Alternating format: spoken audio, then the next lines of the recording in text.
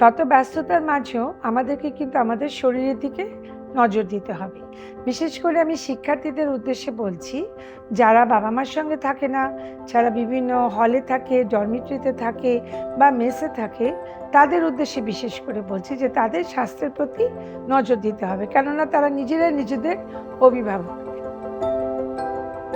এই কথাগুলো এর জন্যই বলছি যে সামনে আমাদের বৃষ্টির মৌসুম আসছে এবং এপ্রিল থেকে সেপ্টেম্বর মাস পর্যন্ত কিন্তু অনেক বৃষ্টি হওয়ার সম্ভাবনা আছে। বৃষ্টির সাথে সাথে যেটা আমরা দেখতে পাই যে আমাদের বাংলাদেশে ডেঙ্গুর প্রকোপ বৃদ্ধি পাচ্ছে। একদিকে লক্ষ্য রেখে আমার শিক্ষার্থীদেরও কিন্তু অনেক কিছু করার আছে।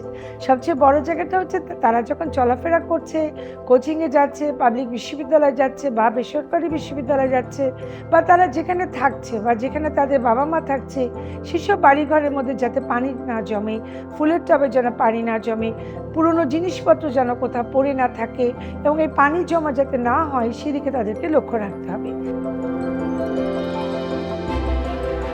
এই দিকে লক্ষ্য রেখে আমাদের স্বাস্থ্য মন্ত্রণালয় ও স্বাস্থ্য অধিদপ্তর বেশ কিছু উদ্যোগ নিয়েছে। তন্মধ্যে lifestyle health education and promotion ও স্বাস্থ্য শিক্ষা ব্যুরো উদ্যোগগুলি প্রশংসনীয়। কেন প্রশংসনীয়? যে তারা ফেসবুক এবং ইউটিউবে একটি চ্যানেল খুলেছে যেটির নাম হচ্ছে হেলথ এডুকেশন অ্যান্ড প্রমোশন। এই পেজটিকে আমি আমার শিক্ষার্থীদেরকে বলবো সাবস্ক্রাইব করতে, এই জন্যই যে এই পেজটিতে গেলে আমরা দেখব যে অনেক দক্ষ এবং অভিজ্ঞ ডাক্তাররা আমাদেরকে ডেঙ্গু হলে কি কি করা উচিত সে সম্পর্কে সচেতনতামূলক কথাবার্তা বলছেন, আলোচনা করছেন।